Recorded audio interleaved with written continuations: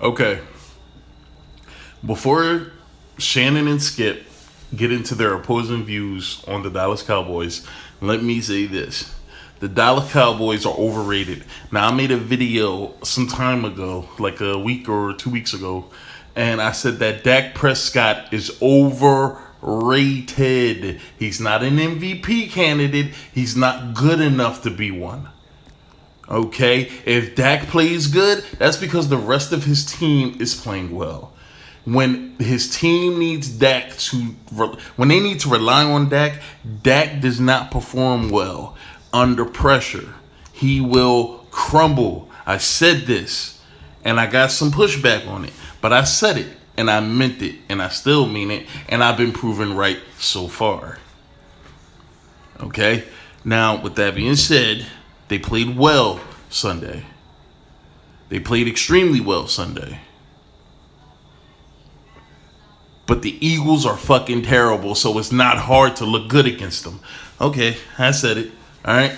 And I'll say this, and this is going to be the title of the video. The Eagles will miss Nick Foles, and I mean that. Because the last 2 seasons, when Carson, one, the first time when Carson got hurt, and then last year when Carson just couldn't do it, Nick Foles came in and he saved this team and he got them to the playoffs. They're going to miss Nick Foles. To be honest, Jacksonville misses Nick. And you know what? Not really. Gardner Minshew is looking really good. He's looking really good. It's too early for me to say if this kid is the franchise quarterback, but he looks good so far.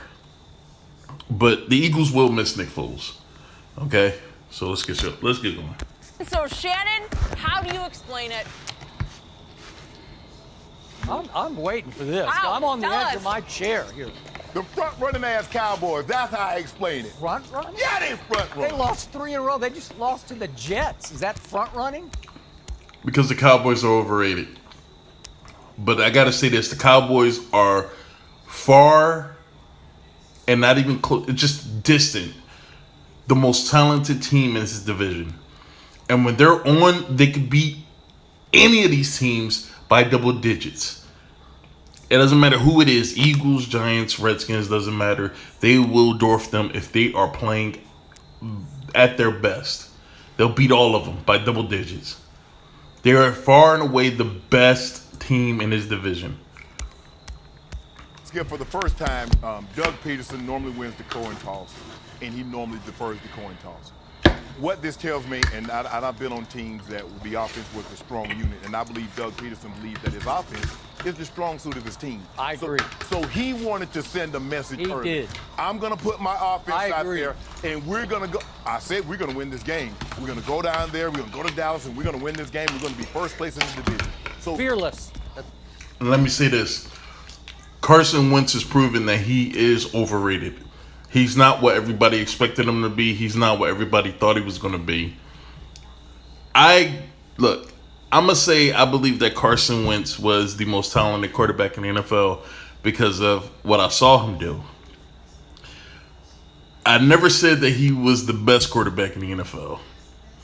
I never gave in to the fact that people thought that he could be the next big thing, like people have for Patrick Mahomes. Now, I said the same thing about Patrick Mahomes. He's the most talented quarterback in the NFL right now. I never said he was the best. I don't believe Patrick Mahomes is the best quarterback. I believe he's the most talented. I believe Carson is extremely talented.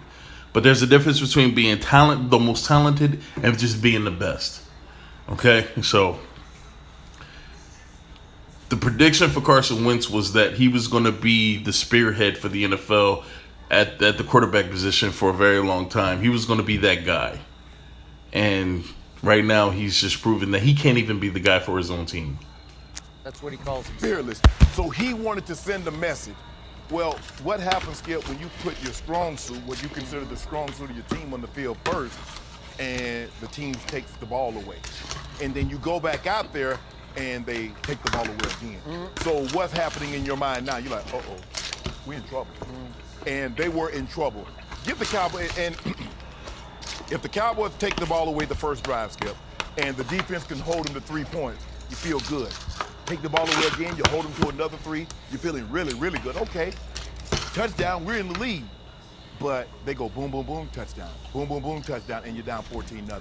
So now it's not like the Eagles have the best running game. So now you put Carson in a situation where he has to throw, and the Cowboys know he has to throw.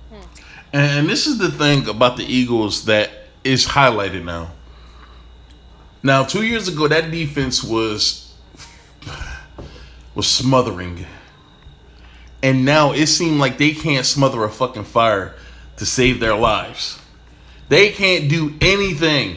They can't do anything right. And one has to ask, was that defense good because it was good? Or was it good because Carson was playing at such an elite level that it was putting pressure on the other teams to have to answer every time? To have to make sure that they put up enough points that they could keep the Eagles at bay. Were they good because they were good, or were they good because Carson was good? Or because Carson was good? Because now Carson's not as good. The defense isn't playing well at all. Skip, and let me tell you what happened. What really, really broke the Eagles back. The Eagles have the second best rush defense in all of football. Yep. And the Cowboys got whatever they wanted running the football. I didn't watch this game, all right, because I wasn't interested in it. I don't care what the score was. I wasn't interested in watching it. But when I watched the highlights, that Zeke run where he ran over the Eagles defender, where it was like 20 yards out, and he ran over the defender, and he got into the end zone from 20 yards out. It didn't even look like the rest of the Eagles defense was even interested in trying to tackle the guy, to be honest. It looked like such a lack of urgency for that defense to stop him. And the way he ran homeboy over, it looked like nobody wanted any parts of that. Skip, if you beat me at my strong suit, what I'm good at, what chance do I have? Because you already know my secondary is terrible. Fair. Everybody throws for 3 bills plus. Look, the Eagles have had a bad secondary even when they won the Super Bowl. They don't have a good secondary. If Carson or Nick Foles isn't lighting up that secondary of the other team, and they aren't getting comparable contributions from their running backs, and that defensive line isn't putting pressure on that quarterback, that secondary, if you force that secondary to make plays on its own, they're going to crumble, man. They're not good. Who's their best corner? Is Darby still their best corner, or is it somebody else? I mean, McLeod was good for a little bit, but I don't know. You just don't hear too much from him anymore, and I don't know, man. Look, pretty much what I'm trying to say is the Eagles are overrated. After that Super Bowl, when people expected them to hold up the mantle of Patriot stoppers, I guess, for a while, and they just couldn't handle it, man. And the problem with a lot of these teams is when they taste a little bit of success, they think they made it and they think they found the formula, and that's not it. In the NFL, you have to be a fucking chameleon.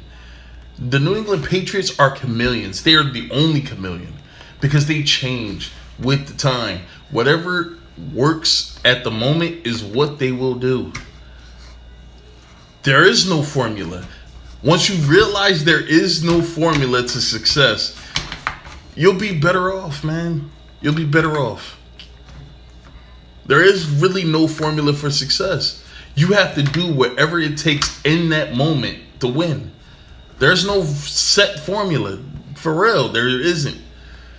That's why when teams make it to the Super Bowl, they rarely make it back. Because they think they found the answer, and they didn't. Everybody, Case Keenum got 380. Aaron Rodgers, although we won that game, went for 422. Matt Ryan had 330 plus. So we already know our secondary is not very good. But now, not only can you throw it, you can run it. So we're at Zeke has put an all-out. He has put an alert out to the NFL. Now, every time the teams play the Eagles, they are going to try their best to come up with the best run plays they can to try to exploit that. At your mercy. Zeke getting 5 a clip. So now what does that mean, Skip? We're going to play action. and Dak can move him. He's doing whatever he wanted to, and they had their way with him. Give the Cowboys. And this is what does a disservice to Dak, is when he has games like these against a team like this that doesn't play good defense at all and makes Dak look better than he actually is. Not only does he get everybody else on that Dak bandwagon that Dak is better than he actually is, but it makes Dak believe that he's better than he actually is. I don't know who the Dallas Cowboys, I got to look it up, but I would not be surprised if Dak Prescott comes out in this next game and he lays a fucking egg. Credit. They played really well last night, and I think that's what really frustrates you about this. What frustrates you about this team, because you see the potential. You see the Avalanche, what they're capable of. They went and got 37 points. We hadn't seen that Cowboys team in the last month.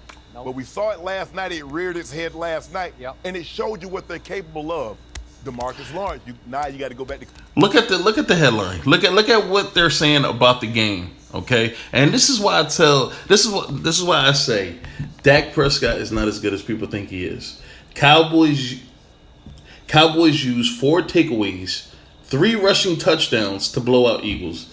It says nothing about passing yards. It says nothing about passing touchdowns. It says nothing about Dak leading this team. It says the defense and the run game was what beat the Eagles. Let's stop believing the hype that Dak is better than he actually is, man, because he's not. Trust me, the more people come to terms with that, the better off Dak will be. Once you understand your role in life, the happier you'll be. See, a lot of times people, they fight themselves on what they think that they're supposed to be. When you just come to terms with what you actually are, you'll be a lot more relieved. You'll be a lot more settled. You won't be as anxious, as stressed out. And you're able to accept your role. Do your role the best you can. And contribute the best you can. And that's Dak's problem right now. He's still looking at himself like he's this fucking superstar, and he's not. You're not. And once he comes to terms with that and he plays his role for this offense, the better the Cowboys will be, man. Call him DeMarcus. You can't call him Marcus. The D is back. You wanted him to come back. He played. He showed up. Robert Quinn, he showed up. But Skip, I was disappointed. For the very first time, I can honestly say, I was disappointed in the way Carson played. There were some opportunities to... Now, it took this to be disappointed. Not last year. Oh no, he was hurt last year. Not last year. It's this game right here. Make some plays, and he missed it. There was a play in the game in the second quarter, Skip. They slid the line. They made a Liz or a Lucy call, which means they're going to slide the line left. So that means if they bring somebody off the right side, Skip, you got to throw high. Skip, you're protected to the left, and he looks the entire time. Now, they got Dallas Goedert. He's going to chip DeMarcus Lawrence. You see it here, Skip. They bring 27. Skip, you got to throw hard. You got to. You can't miss that. He misses it. That's plain as day.